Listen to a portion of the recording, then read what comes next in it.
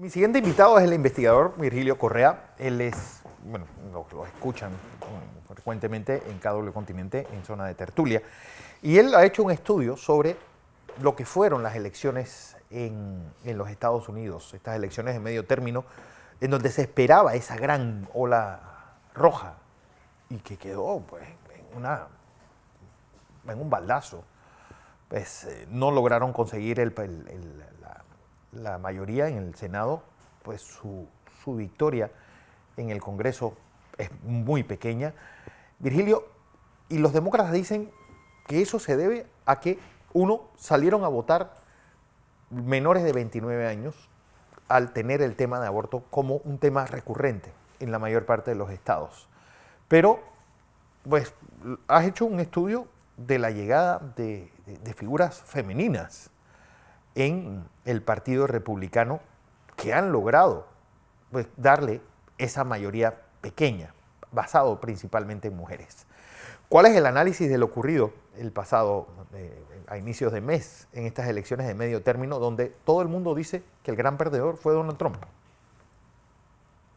Bueno, buenos días, Fernando, a ti, a tu compañero, el ingeniero Blandón, y a toda la audiencia que nos escucha, que te escucha toda la mañana. Efectivamente, voy a comenzar por lo final que tú dijiste, sin ánimo de hacer un análisis partidista. Estoy haciéndolo lo más neutral posible, haciéndolo verdad y noticia, ¿verdad? Sí. Información. Yo sí creo que Donald Trump es el gran perdedor. Y después yo creo en la segunda parte, quisiera hacerlo en dos partes si es posible. A ver, claro. La primera, recalcar el gran valor de la mujer latina en Estados Unidos, que la prensa no habla, los medios no le toman importancia, se preocupan más de cosas sin importancia, y hay que respaldarla, porque quería primero comenzar por decirte que la legislatura anterior, la 117, sí. En esa legislatura los demócratas tuvieron en el Congreso, vamos a hablar solamente del Congreso, no hablemos del Senado, de gobernadores, solamente el Congreso de los Estados Unidos, ¿no? Los números son iguales. ¿Qué quiere decir eso? El pueblo americano es un pueblo constante, es un pueblo ordenado y disciplinado que sabe votar. Esa es mi primera conclusión personal. De hace años que lo sigo, muchos años, décadas. Entonces creo que es un pueblo, pueden decir todo lo que quieran, pero es un pueblo políticamente bastante maduro en sus valores. Yo diría eso. ¿Por qué te digo esto? En la legislatura anterior, los demócratas sacaron 222, es un número mágico, sí, en Estados Unidos.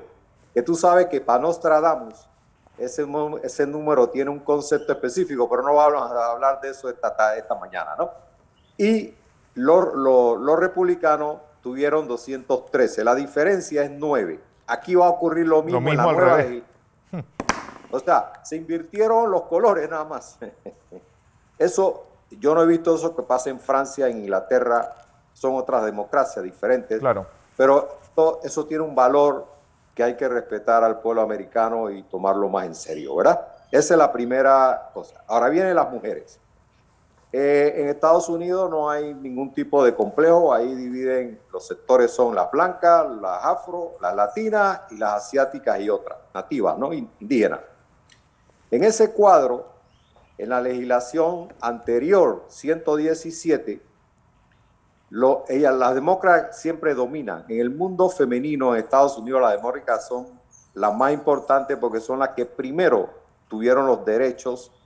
Las primeras mujeres elegidas en Estados Unidos allá por los años 1920, sí. En la cuarta ola, de la cuarta ola femenina, fueron las demócratas las que dieron el paso adelante. Ellas llevan una ventaja sobre la republicana, que tiene otro tipo de filosofía. Ese partido es más machista, de más hombre, de otros valores diferentes, ¿verdad? Entonces, las demócratas logran pasar, en la legislación anterior eran 47, ¿verdad?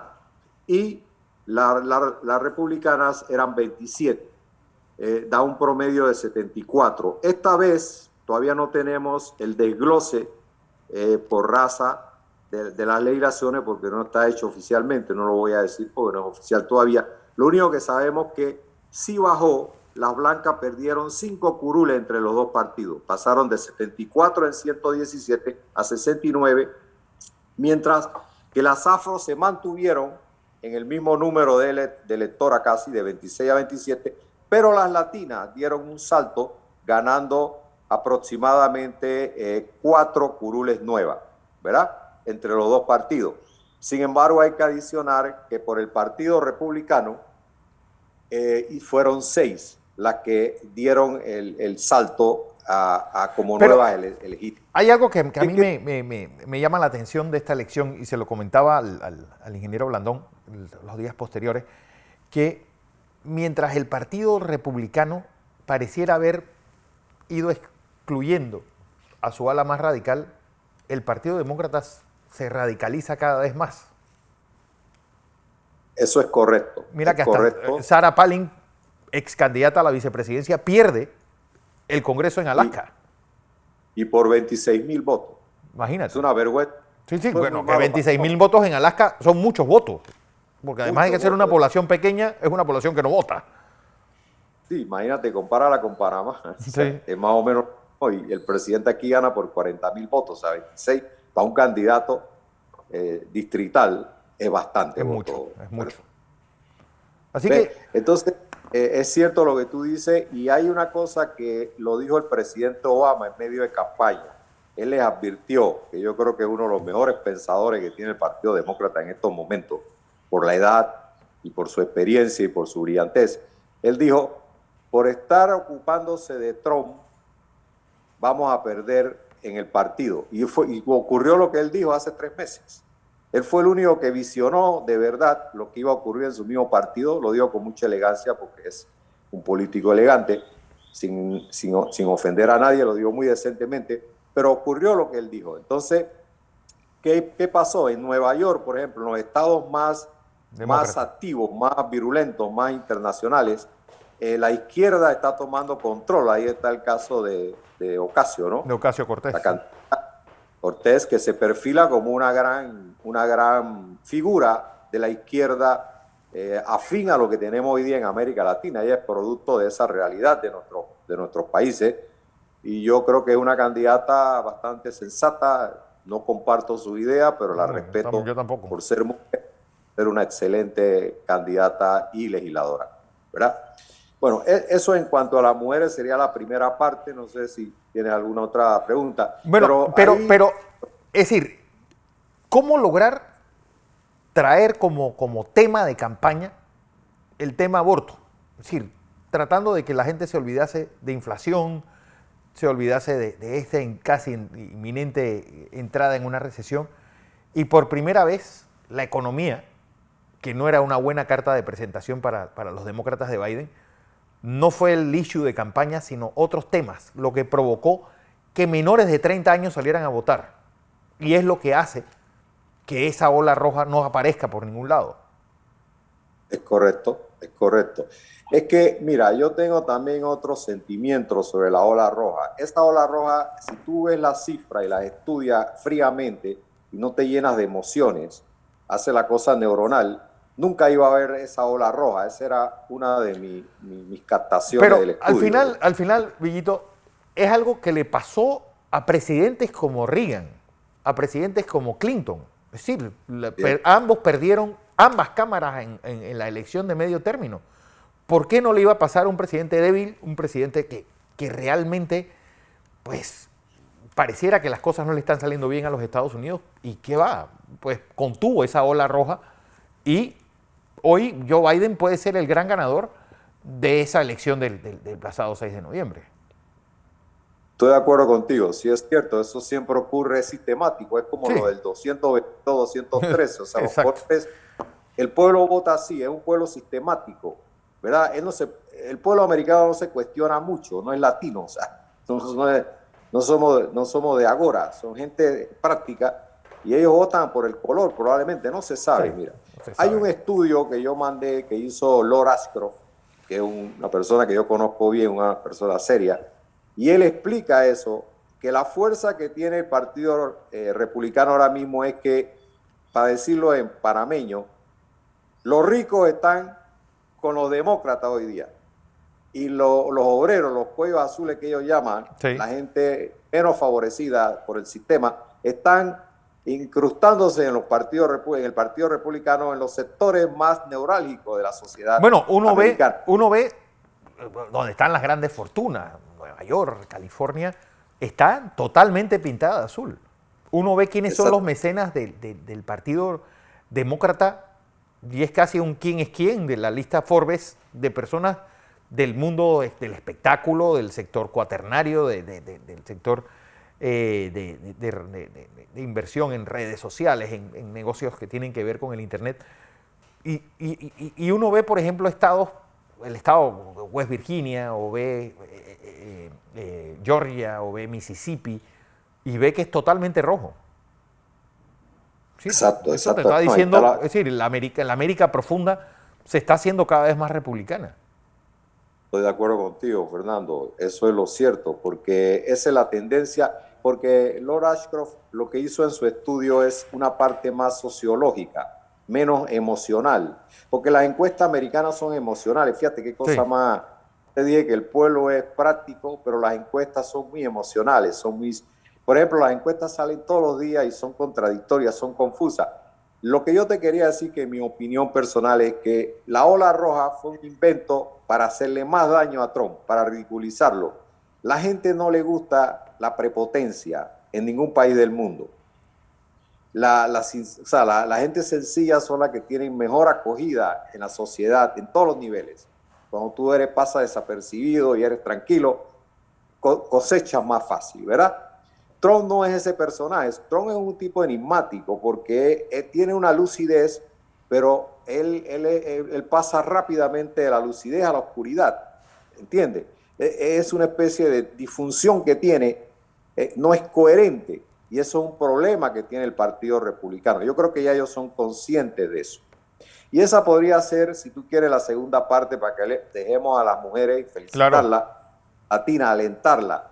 Yo creo que nuestro papel como latino es apoyar a la mujer latina, que yo creo que es el futuro Claro. de la equidad de la sociedad americana en todos los sentidos de la palabra, ¿verdad? Y por eso quería tocar en primera instancia el rol, el papel de la mujer latina, que yo creo que tiene mucho futuro, porque nosotros tenemos muy cosas buenas en América Latina que podemos transmitir y apoyar a los Estados Unidos para engrandecerlo más de lo que ellos están ahora mismo, ¿verdad? Por supuesto. El segundo tema sería entonces lo de Trump. Vamos a hablar un poquito de lo de Trump porque, fíjate, hicieron una encuesta como a la semana, 8 días después, la pide uno de estos diarios que son bastante neutrales, Ajá. se la pide al grupo de Rasmussen Poll. Y lo que sale de esa encuesta, la pregunta es, ¿quién falló de parte del Partido Republicano? Y ellos hacen una encuesta muy, muy funcional porque por medio, supongo, de los registros electorales del partido, tienen los republicanos liberales y los republicanos extremistas de la derecha, ¿no? Claro. De la derecha. Entonces, la encuesta va dirigida separada a esos dos grupos. Sí. Claro, los de la extrema derecha le dan la razón a Trump. Dice que la culpa es de los dirigentes del partido, que de verdad es una troika, ahí hay una mafia de los irlandeses, porque ahí el partido lo preside la sobrina de Mitt Romney, que es contraria a Trump, Claro. Rod McDaniel. Después viene Kevin McCarthy, que fue el presidente que ahora quiere aspirar a eso, y creo que no lo va a lograr justamente por esa falla. Y el último es el presidente del Senado, que es otro de origen irlandés, McConnell, ¿no? Entonces ellos llaman a eso los Mats, la troika de los Mats, que es una mafia irlandesa. Y nosotros conocemos la historia de lo que son las mafias irlandesas, sobre todo en política. En política. Tenemos la evidencia de los Kennedy, cómo Kennedy le ganó a Nixon, eso está en la historia, Sí. lo pueden ver. Allá en Chicago, Entonces, sobre todo. Chicago, exactamente. Exactamente. Entonces, ahí hay un problema. Trump tiene la mafia irlandesa y hay tengo un amigo en Washington que conoce bien la historia de Trump que me decía, y puedo decirlo públicamente porque yo no lo sabía, pero él me lo dijo, que Trump se hizo producto de vencer a las mafias americanas en Nueva York. Una de ellas era la irlandesa. porque él comenzó en el negocio de la construcción cuando nadie podía construir si no pertenecía a esa mafia. Y él de irlandés no tiene nada. Absolutamente nada. Y él aprendió a partir de la escuela de Trump, fue la escuela de la mafia de Nueva York, que era una de las mafias más potentes del mundo en ese momento, en el medio de la construcción. Hay muchas películas hechas en Europa sobre ese tema y muchas novelas que han contado esa historia, o sea que no es una falsedad, es algo que ocurrió. Entonces, por eso es que él tiene una especie de antagonismo con ellos. El partido no está con Trump, es mi opinión personal. No, yo creo que no. La pregunta es, Nunca ¿le va a ser suficiente ese apoyo del partido a Ron DeSantis o sigue siendo Trump la figura más importante del Partido Republicano? Mira, si vamos a jugar por las encuestas, que hay que seguirlas, sí, pueden que se equivoquen, pero esa es la referencia más científica que hay, ¿verdad? No hay otra. Vamos a hablar seriamente. Yo diría que eso está ahí. Nadie, creo, hoy día puede predecir eso. Eso es una especie de caja de Pandora. Yo creo que yo no me atrevería a decir nada. Ahora, él hizo, mira, hay unos elementos que podemos ver que él está débil, pienso yo, ¿no? Primero, la hija acaba de decir en Egipto que no lo va a acompañar a la campaña. Wow. La Ivanka, ¿no? Con su esposo. Ya salieron y dijeron creo que fue al Daily Telegraph. Hace 2 días declaró eso en Egipto, ¿no? En el Cairo. Entonces, ayer yo lo vi que salió con el hijo, con Barons, el esposo de, el hijo de la nueva esposa. De la última esposa. Lo que significa que también hay una especie de problema familiar, ¿verdad? Y tú sabes que cuando la familia no está con uno en política, no es fácil, ¿verdad? Claro. Bien, ese es un elemento. El otro elemento es que la mayoría de sus candidatos, yo me atrevería a decir al día de hoy, porque hay algunos que están todavía por definirse, un 45-46% de sus candidatos perdieron rotundamente, ¿verdad? Uh-huh. Y un 20% de los que salieron, ¿verdad?, se opusieron a él. El caso de la senadora de Alaska, Murkowski, que votó contra él. ¿Verdad? Él gastó dinero en Utah para darle problemas a Mitt Romney y perdió en Utah. Donde él se metió con las cabezas brillantes del Partido Republicano, él perdió la partida. Exacto. Entonces yo lo veo un candidato débil. Otro elemento, es verdad que en Estados Unidos él es un incumbente porque él es expresidente y el que está en la lista de espera, ¿verdad? Eso claro, es normal, es razonable. Y ya él presentó su candidatura antes de que esperara las elecciones primarias. Bueno. El 7 la presentó y yo tengo la copia de él. Bueno, la pregunta, Virgilio, es, ¿podrá hacerlo del presidente de Cleveland, que es la única en la historia que ha perdido una elección y ha vuelto a ganar, pues, con un periodo intermedio? Es decir, ¿puede hacer Donald Trump algo que no se hizo durante todo el siglo XX en la historia americana? Puede ser, ese es un punto muy positivo. Bueno, no lo hizo ni siquiera Teddy Roosevelt, que lo expulsan del Partido Republicano, hace un partido nuevo y pierde. Exactamente, correcto, está bien, correcto. Pero bueno, puede ocurrir, en política todo es posible. Todo es posible. No, por eso, mira, yo creo que el peor enemigo del análisis político es el sentimiento. Hay que ser frío. No es bonito ser frío, yo sé, a la gente no le gusta eso. Y no, que la política es eso, es calor, es emoción. Pero yo creo que esa es la parte o sea, vamos a ponerlo así, como dicen, los votos debajo de las piedras, es la realidad. Sí. El decoro es surrealista en política. Lo real es descubrir lo que estamos conversando tú y yo ahora mismo, o sea, que no es fácil saber. Hay muchas enigmas muchas veces que son hasta miraculosas, son milagrosas, sí, pero mejor dicho, ¿no? Entonces yo creo que el tema patrón, es complicado. Ahora, eso va a complicar al Partido Demócrata porque no hay una unidad, no es que haya pelea, no hay pelea, ellos son gente razonable y van a entender y se van a sentar en la mesa. Pero ahora mismo la dinámica del partido no está en ventaja. Pero hay algo, Virgilio, que yo creo que hay que tomar en cuenta y lo he visto muy pocas veces escrito. Y es cómo las universidades estadounidenses se han convertido realmente en centros de adoctrinamiento. Total. Sí, por eso es que la juventud vota con tanta fuerza por el Partido Demócrata, el partido que representa, pues, esta agenda 2030, todas estas confabulaciones que se están diciendo, pero que dentro de las propias universidades se está forzando a los jóvenes a pensar de esa forma.